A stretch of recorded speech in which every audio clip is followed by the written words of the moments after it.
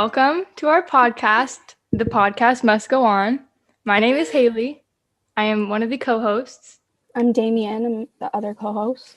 A little bit about our podcast is that we not only want to interview the performing side of theater, we also want to interview people from the backgrounds like costume and set design and the directors, anyone and everyone. Ellie, would you like to introduce yourself? Hi, I'm Elle Mclemore. I am an actress. I am a human being. I am currently living in LA, but I spent a lot of time in New York too. Right now, I'm in quarantine, just trying to keep myself preoccupied. I'm so happy you guys had me as your first guest. What an honor! Yay! Okay, so cool. So we're gonna start with Bring It On. Yay! Damien, do you want to start the first question? Okay, so our first question was, what was your audition process like? What was my audition process like for Bring It On? My audition process was, I went in maybe 3 times, but it was the best audition experience I've ever had. I've never had one like it since. It was magical. One of those things where all the stars just kind of aligned. I was living in LA at the time. I was auditioning for TV and film stuff, and I've always wanted to do Broadway and musical theater. So when I got that, it was such an amazing surprise. And I looked on YouTube and I found this one video they had done it at the Alliance Theater in Atlanta. And they had one promo video of all of them kind of doing the cheer. It's still online if you want to look for it. There's been a lot of changes since then, but I lost my mind. I loved Bring It On, the movie. And I just like, oh my gosh, I need this part. I didn't really know anything about the new storyline or the characters, but I dove in head first. And I originally actually auditioned for Campbell. So I went in for Telsey and Company, which is the casting directors. And it was Rachel Hoffman. She came to LA, and normally, they'll look bi-coastal sometimes for musicals. But for me, it was a rare opportunity. I hadn't gone in for any musical theater stuff. This is really my first real professional audition. So I went in, prepared this song that Campbell sang in the Alliance. It was called Bring It On. It was like, I work 6 hours a day, 4 weeks a month, 12 months a year, do homework on the bus, awake at lawn, I'm on the something to run a cheer. It was like nothing you've ever heard before. It was like a million words. And I did that. She's like, yeah, I really like you. You should prepare this other role, Ava. And I'm like, oh, what? No, I want to be Campbell.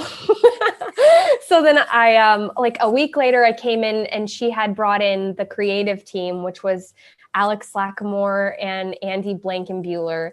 And ever since then, I felt like we just clicked immediately. It was just that sort of thing where I was there, like I was meant to be there. And they're like, okay, you have these sides. You have Campbell and you have Ava. What would you want to do for someone like Campbell? They're like, she's Ava. Just because I wanted to be her so bad that I literally was the character. So I just feel like it was meant to be. I went and we were doing these things called hang drills. So I was hanging off of Alex and Andy so they could see that I could carry my own weight, and because it's such a physically demanding show on top of everything else. So I did that. And then like maybe a couple weeks later, they flew me out to New York to meet Lynn and to meet Tom Kitt, Amanda Green, Jeff Whitty, and all the producers. And it was just, the rest was history. I found out like the next day that I got it, and I was running around New York. I'd never been in New York City at all. My first time there. So it was like literally all my dreams came true in like the matter of like a month. It was magical. That's amazing. I know it's never happened since. So that kind of, it's like, here you go, here's your dream. And it's going to be really hard from here on out. So I'm so grateful that I had that to start with. That's wow. That's just good crazy. Story.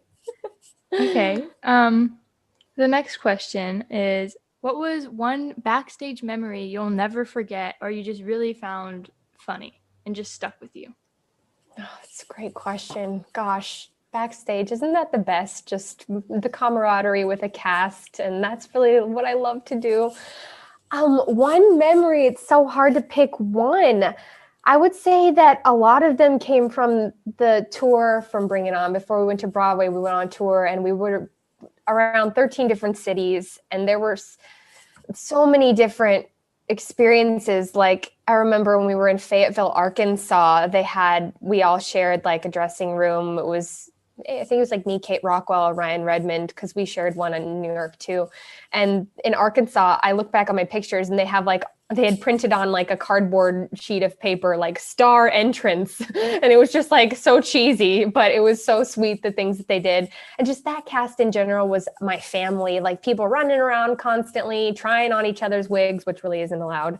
And there's no specific moment I remember because it all kind of blends into one. But I do remember just traveling to those different cities. And when you're on tour, you work with different grips and you stage hands and wardrobe people. So you're meeting new people for 2 to 4 weeks at a time. And you just kind of become family, and then you move on and you might never see them again. So I remember being so present in those moments. And I guess one that I could tell you, though, since I'm on the subject, is when we were in Denver, I really wanted a tattoo. And I was only 20 at the time. I wasn't even 21 yet. And I was like, I have to get a tattoo. So I went to a local tattoo shop in Denver in between shows. And I literally got a tattoo on my rib. I'll show it to you. People can't see it. But it says, "This moment's mine." And that's a lyric from Bring It On. And I literally did the show after. We were like doing like full downs and very crazy stunts in this show. And I had like my rib wrapped. People are like, "You're insane." But maybe that's my favorite memory. I've never knew that. That's I know, it's pretty. I was a rebel. I'm like, let's do this. Then my friend Danielle Carlacci, she was in the ensemble. She was a swing actually. And she got a tattoo like the next day at the same place. I started a trend. How did you like prepare? Because Bring It On is very like physically demanding. How did you prepare with like all of the cheer stunts and moves and stuff? Like how did you prepare for that? Such a good question. I mean, now you audition for shows, I do, and I'm like, okay, there's singing and there's dancing and acting, and that's still a challenge. But with Bring It On, it was on top of singing, heavy singing, dancing, and acting. It was the stunting. And for me in particular, I had just done like a movie where I was a cheerleader the year before, and where I learned how to do like pull like a scorpion, which was like if you pull your leg behind your head, or like just basic stunts. And so it's almost like I had trained for Bring It On through that movie. It was very bizarre. So I had training. We had half ensemble was singers and dancers and actors, and half of our ensemble were actual cheerleaders. So that's why you see them doing all the tumbling and the stunts. And so it was such a unique experience in that sense, because we got to learn from real cheerleaders. I mean, they're like the best in the United States. And we had a cheer consultant. Her name was Jessica Colombo. She was from Hofstra.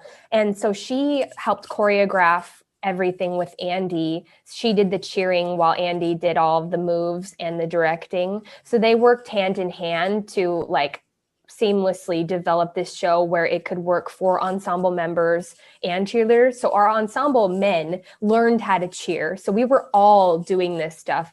Things we would do, we would have a stunt call every day before the show for 30 minutes, and we'd run all the tumbling passes, and we would run all of the stunts. I mean, there were a lot of shows where stunts just fell. I can tell you, I mean, it happened all the time. And we just had to act like it didn't happen. Every show was different. But that was another reason why we bonded so quickly, because they were literally throwing us up in the air and catching us. And I remember the first week of rehearsals, I was still pretty fresh. I had done that movie, but we were doing this thing called the hand toss, where they toss you up in the air as high as they can and you do like a toe touch. And I didn't know that I was supposed to bend my knees to absorb the shock. So I hit my legs really hard on the ground, and it like fractured one of my ribs. And I didn't tell anyone because I didn't want to be taken out of the show.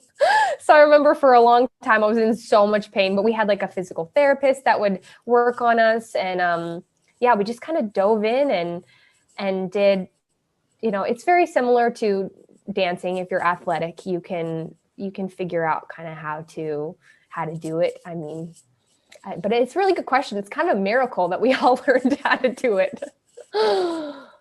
We had a lot of help though, that's for sure. Jessica Colombo, she turned everyone into a cheerleader. So grateful for that. Yeah, cheer is definitely not easy. Yeah. Yeah. I mean, for me, I'm dancing. I'm a little bit of a spaz. I did track and soccer. So for me, cheering was a bit easier than dancing, because cheering, you're thinking, like up, and like dancing, you want to think like down and more grounded kind of. So, or I guess maybe it's the opposite. I don't know, but they're in a sense, like if you have more energy, in my sense, I feel like cheerleading is a lot easier, because it's all strong movements. It's not like beautiful lines and things like that. So I guess it just depends on the person. I know dancers had a hard time because they were like, oh, I'm conditioned to be a dancer, not a cheerleader, Yeah. What's your favorite number in Bring It On and why? My favorite number in Bring It On. Oh my gosh, that's such a good question too. I mean, gosh, you gotta love Killer Instinct. That was my favorite number, selfishly. But yeah, every night I would watch Cross the Line in the wings. And there was just something so emotionally driven about that number. And just everyone in that cast was they're putting their hearts and their bodies on the line. It was just magical to see that. I remember the very last show on Broadway that we had, everyone just came to the wings to watch that number in particular. It's just it was so special. The words, the heart behind it. I feel like that was kind of like the heart of the show. That's so, oh my Your gosh. favorite number for Bring It On? Ooh, I don't know what mine's probably One Perfect Moment. Oh, It's just such a classic. And yes, I agree. so, do you want to answer? Oh, I like all the songs. Oh. It's hard to pick a favorite. I agree. Okay, now we're gonna kind of shift into vocal health. Yeah, So, let's do it. Obviously, Bring It On was a very vocally and physically demanding show. What did you do to prepare yourself for such a huge role vocally? I mean, gosh, it's funny you asked that, because I've been thinking since I recently got a vocal injury, what was I doing? I was totally fine. I could belt every day, and I didn't do much. I didn't warm up ever. I just kind of went on stage and did my thing. But like I said, that I really only had Killer Instinct. I sang in some in the other numbers, but it wasn't like Taylor or Adrian where they're singing the whole show. And, for that sense, it wasn't too demanding on my voice, but I've never missed a show during Bring It On. Even if I was a little bit sick, I would just push through and do the show.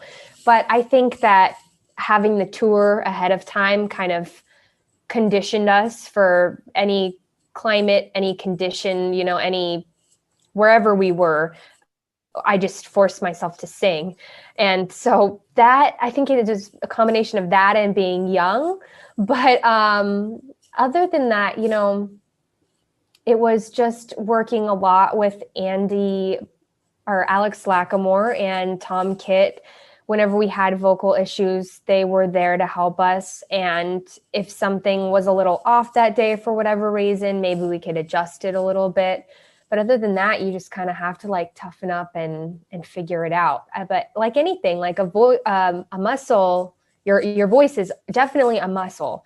So the more you use it, the easier it becomes. So if there's a note that you're singing in One Perfect Moment that is a little bit harder to sing, if you sing it every day and you don't push, you gently warm it up and you practice it a lot, it becomes easier over time. So I think a lot of people get frustrated when they can't sing a certain note.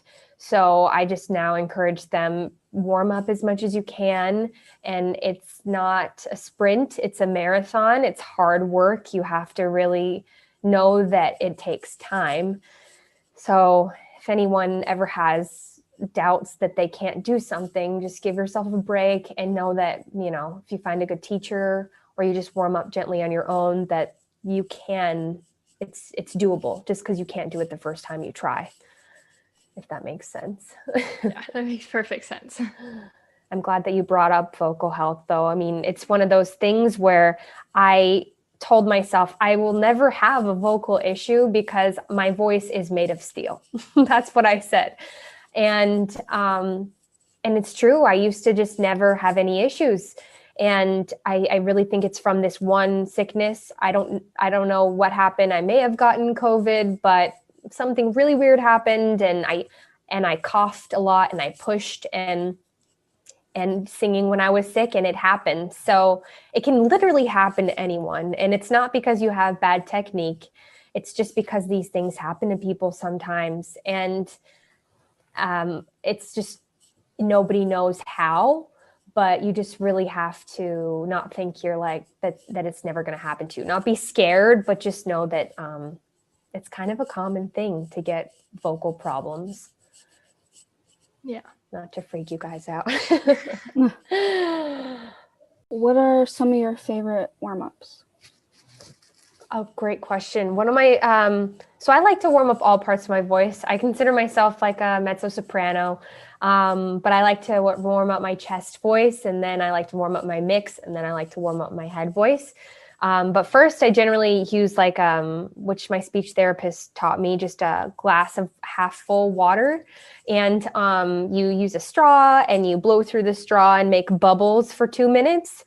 And that just really gets your core engaged, and you can breathe properly that way. And after that, I like to do some lip trills, which is the same concept, taking the pressure out of my vocal cords.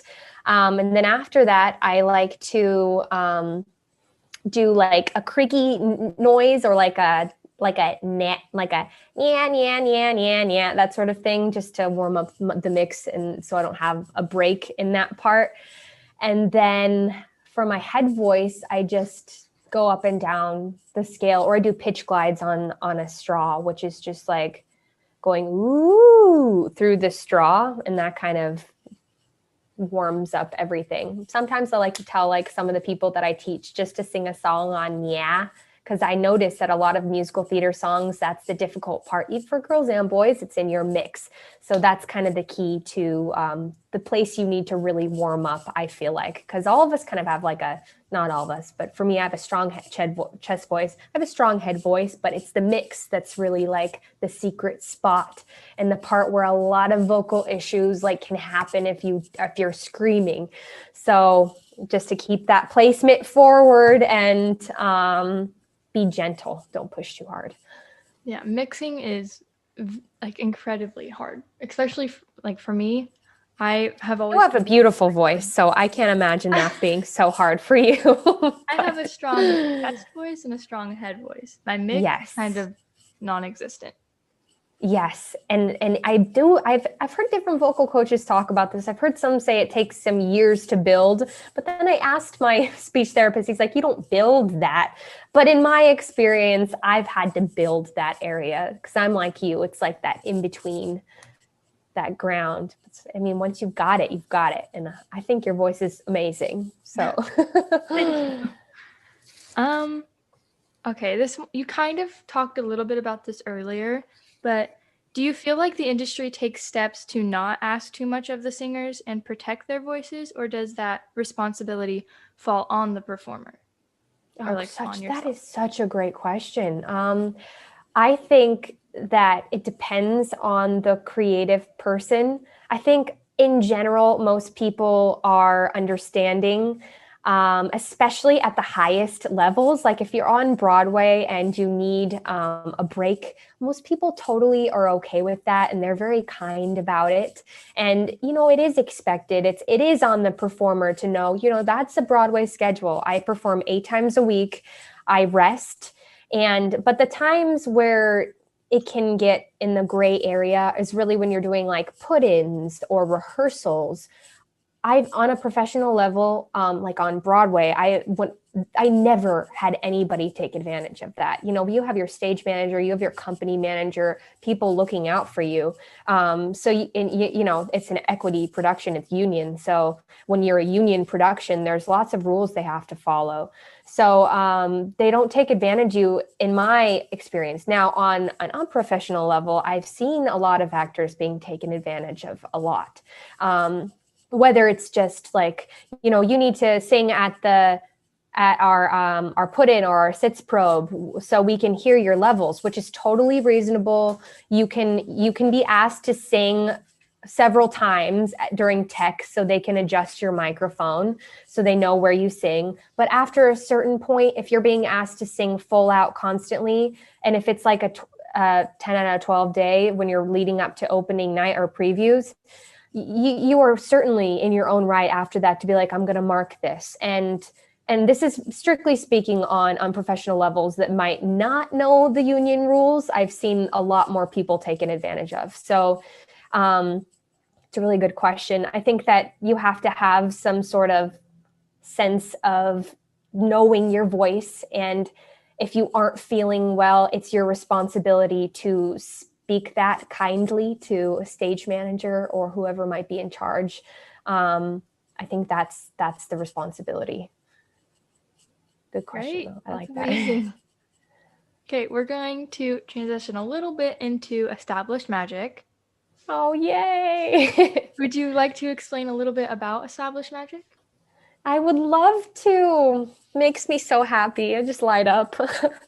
So established magic was something I created because the past like 5 years or so, and even back into like Bring It On days, my favorite part about being a performer was collaborating and meeting other people, whether it be at the stage door or people coming to the show that would reach out to me after.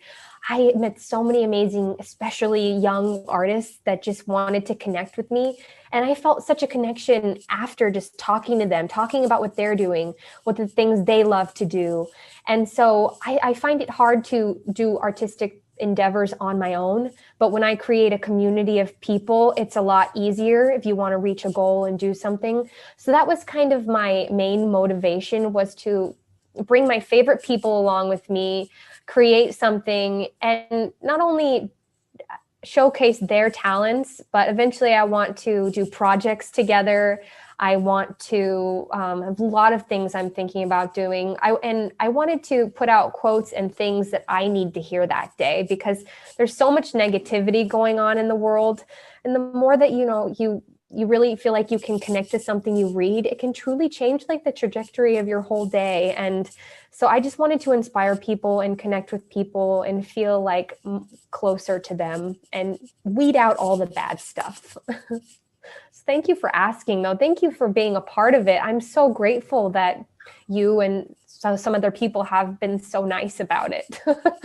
I think it's incredible what you're doing. Aww. I've talked to a few people who have been featured on it already, and everyone's so nice and so like warming and welcoming. It's truly and magic. You're such a big, that's so sweet. Thank you. But you're such a big part of that too. And Damien, I don't know what your craft is, but I would love to have you on there too. I mean, I guess this is your craft, right? You guys are making a podcast. It's amazing. But it's so much about that. Like, I know that especially in school, some people can be judgmental, and there's been like none of that. And you've helped cultivate that just niceness. So thank you so much. I really appreciate that. We kind of answered our questions. Wow. Oh my gosh, look at us go.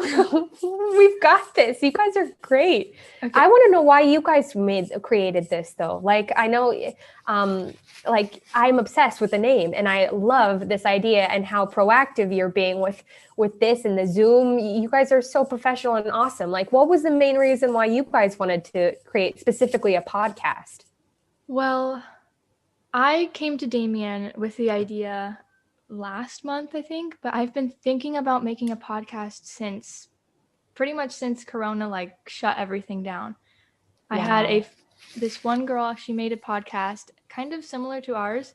And I was like, this is incredible. This sounds so much fun. Like, I want to do this too. And I love meeting and talking to people. And it just kind of fell into place. Yeah. I love that so much. And how do you guys know each other? I didn't even ask. How did we even meet? Like, kind of through Instagram. Through Instagram. That's amazing. See, isn't that awesome? You can just meet online, and I love that so much. Like, we live in such a cool time. Yeah. What have you learned from making established magic? Oh, that's really good. You guys are so good. You nailed these questions. It's like, wow. I feel like I'm on Jimmy Kimmel right now. What did I learn?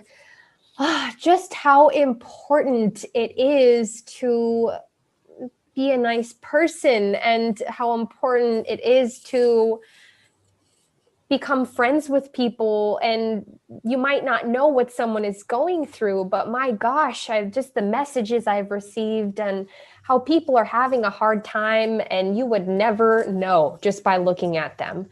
That's the biggest thing, is people really want to just be loved and feel like they have people there for them. They want to be seen. They want to share what is important to them.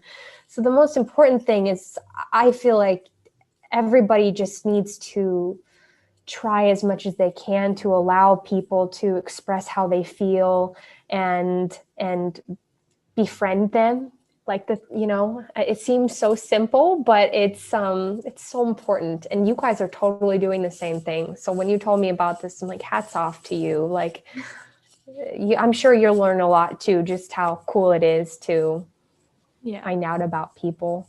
I'm so excited to hear your other guests and things like that. Thank you.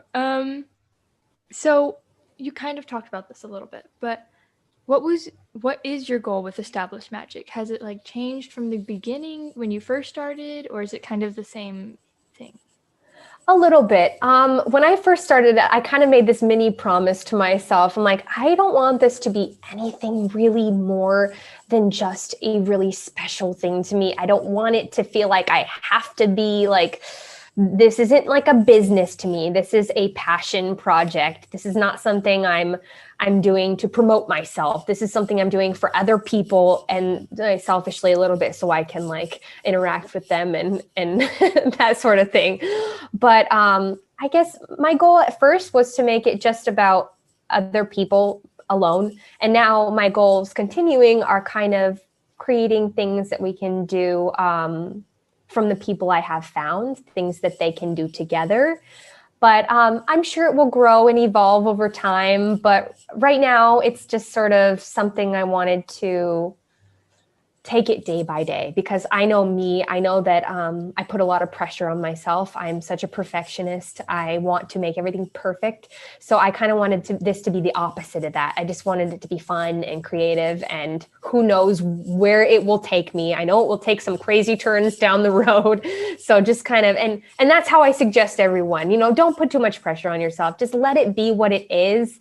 And then the more you don't care about trying to make something perfect, the more it will evolve into what it's supposed to be, which is just fun and creative.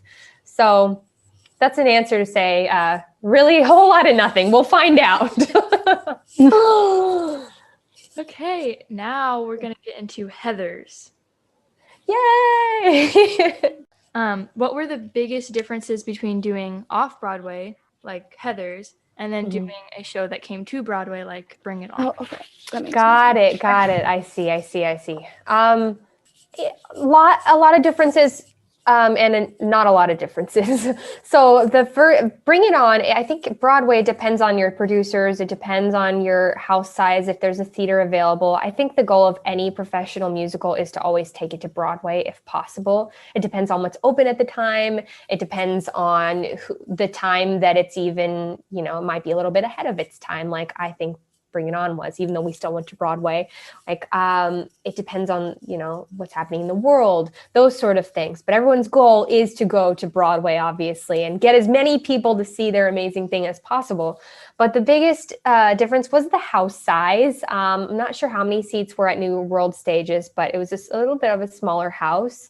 Depends on the creative team you work with. Like, Bring It On was all theater people. I mean, Heather's was too. We had like Larry O'Keefe, who did Legally Blonde, and Andy Fickman, who had done like Reefer Madness, and Kevin Murphy. So they had done a lot, but I think the biggest difference was Heather started in LA, and that was a awesome group of people that the creative team found in LA. They were people I had never known before. The New York theater community is pretty small in New York, so I know most of the Broadway performers there. But in LA, these were a whole fresh group of people. And so that felt very different and exciting because I had never known any of them. And we started at this tiny theater called the Hudson Theater. It was like a 99-seat theater in LA.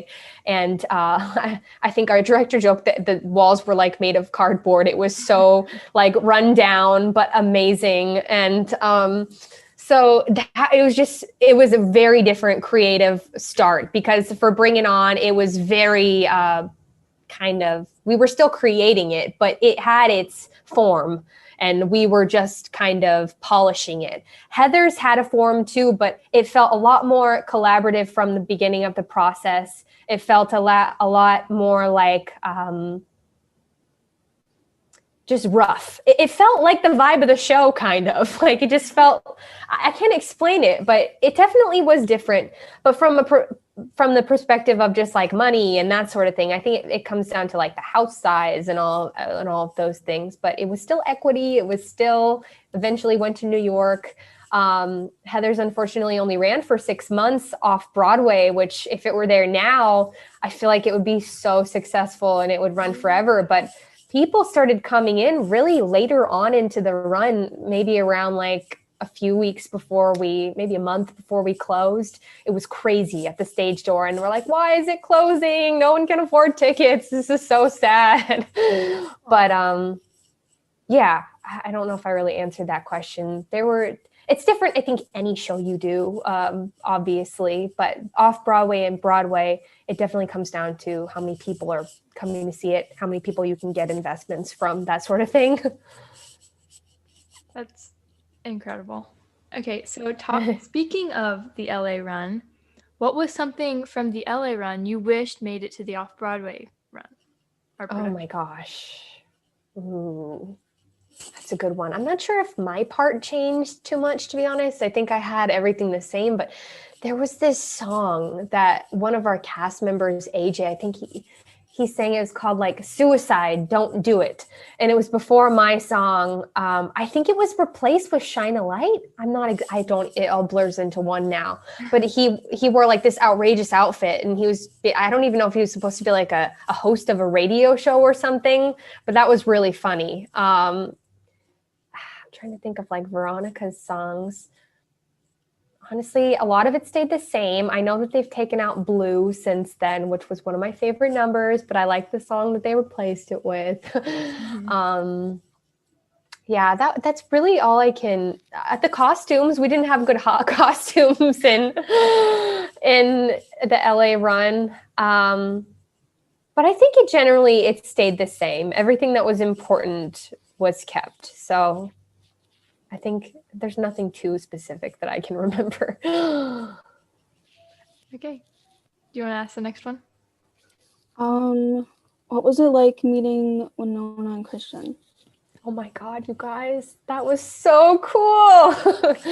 Oh, that was maybe the most starstruck I've ever been. Like, we've had bringing on so many cool people came, but to have like the stars of the show, I mean, come on. Winona Ryder was so beautiful in person. She's flawless. Like, she's tiny. Her skin is perfect. She could not have been nicer. And then when Christian came, I'm just like, holy cow, this is really cool. He's just like so JD. I mean, not like he's a serial killer, but It was so crazy. It felt very surreal, that whole thing. Like, and then they're like, pose like you hate him. So then we're like, oh, I'm like, okay, but I'm like also really nervous around you. So it was really cool. He's so handsome too, for like an older man too. I'm like, wow, these people are gorgeous. I think you don't realize like how, like when I did Grease, I was looking at like them in person. I'm like, you see them on TV and stuff, and I'm like fangirling out because I'm like, wow, in person you're just like beautiful. So talented. So I'm like a big fangirl, so I'm probably really awkward and weird around people, so sorry if you ever listen to this. Okay, what was your first impressions of like meeting the Heathers cast? Oh my god, I love them so much. We had a different Heather Chandler in LA. Her name was Sarah Halford. She is one of the greatest people I know. She's just so talented and so nice. So like, then we had Kristen Lloyd, who's awesome, who was in Dear Evan Hansen. She was our original Heather Duke. So I was the only Heather that stayed the same. So we had a different group of people in that sense. We still had Barrett and Ryan. And I was just like, what is wrong with these people? Like, what water are you drinking? You're so talented. It's messed up. I'm like, this is not fair. So that, for the first time, I'm like, holy crap, this show is going to be good. I'm just like sitting there in the sidelines watching everyone the whole time, just watching Barrett having to like cry and throw things and she's like a mess at the end of the show. And I'm like, how did you do this every day? It was crazy. So, I mean, I was just like, this is not happening. Everyone's so amazing. And then when I went to New York and I met Jessica and I met Alice, I'm like, oh my God, you guys are amazing. I love you. We all just became so close. In that sense, like in Heather's, the whole ensemble shared a dressing room. So all of the girls, every principal, every ensemble member, every swing, so that was just a blast. Like we all became a family, and it was just this tiny room. We all be like getting our makeup on together. And one time, oh my gosh, all of the ensemble guys covered the entire ensemble girls room with sticky notes. There were like 1 million sticky notes, the entire head to toe, the whole dressing room. I have pictures. We came in, it was the funniest prank ever, but it was, oh my gosh, it was like 1 million. It must have taken them like 5 hours. You probably. Yeah, I mean, they're amazing. I love like Evan and John, who were Kurt and Ram. Like, they're just hilarious. Everyone just became such a family, like we always do, like you guys do in shows. You know what it's like. It sounded so fun. I wish that I would have known of Heather's when it was like going on, but just like hearing stories about it just gets me so happy and excited. Oh, I know. Isn't that so? I mean, I know they did the West End production, but I'm sure they'll have more people have the opportunity to see the show. Even like local community theaters, like people just love this show so much. It's so special to so many people. So that's really cool. Yeah. She was my favorite Heather, even in the movie. Really? Yeah. Even in the movie? Wow. I don't even think I've heard that. Yeah, it's probably weird, but I love that. Oh my gosh. Yeah, And like Lee San, who plays her in the movie, came to she's so beautiful too. That's awesome that you love her. Yeah. So what was your favorite part about playing her? I guess my favorite part was just she has so much depth to her, obviously. I had so much satisfaction, on the contrary, doing Ava every night and Bring It On, because I was the villain and I got to just be crazy and have that turn of being so nice and then being so insane. I just felt like so hyped by the end of each show. But this one, I was not the villain in Heathers. So I was in a sense, but I got to win people over. So I was used to people losing me and hating me by the end of every show. And this time, I made it kind of like my job to win everyone over, to make sure people knew how I felt. And so that moment before Lifeboat, like I just really got to take in that moment and just whatever I was feeling, just use that night. Because I obviously suffer from major anxiety, depression, and I've never really gotten to play any roles that have that. So being able to really show like a depth of someone that is supposed to be popular in high school and get to really, because it would be easy to be the mean girl, but to have the chance to be vulnerable and so real was such a beautiful opportunity. So I loved that so much. And then I got to have fun, like the jelly beans and those things. And I got to be sassy in the beginning. So I love that. I get to play like a whole range of emotions, but then really focus on the end on like what was important. So that was really cool. I love Heather Mack. You were perfect for that role. Like, thank you. Perfect. Thank you so Lifeboat's much. one of my favorite songs anyway, so. Isn't it beautiful? Yeah. Gosh, that song. It makes me cry. Oh, it does. I know when I first heard that song, through the reading that they did, and Corey English was her name, who had sang it at the reading. Her voice is so beautiful. And I heard that song, I'm like, wow, this song is stunning. Like, it's amazing. So I totally get how you felt about that. And I'm glad that they wrote that. So good. Okay, I have a kind of a little fun question. Do you think that Heather's could possibly be revived into going into Broadway? 100%. And if it does, would you be interested in playing the role? Oh my gosh, that's such a good question too. Yeah, I mean, of course I would. And I know that they want to do that. That's always their goal. They've wanted to do that from the beginning. And I think that it would thrive.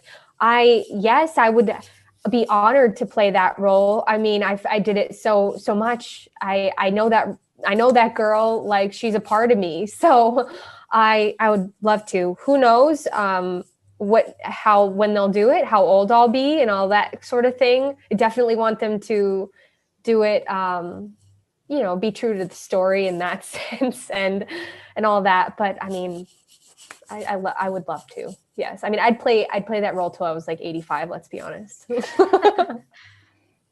Well, this is the end. That's all of the I mean, no, not yay. You guys, this is so fun.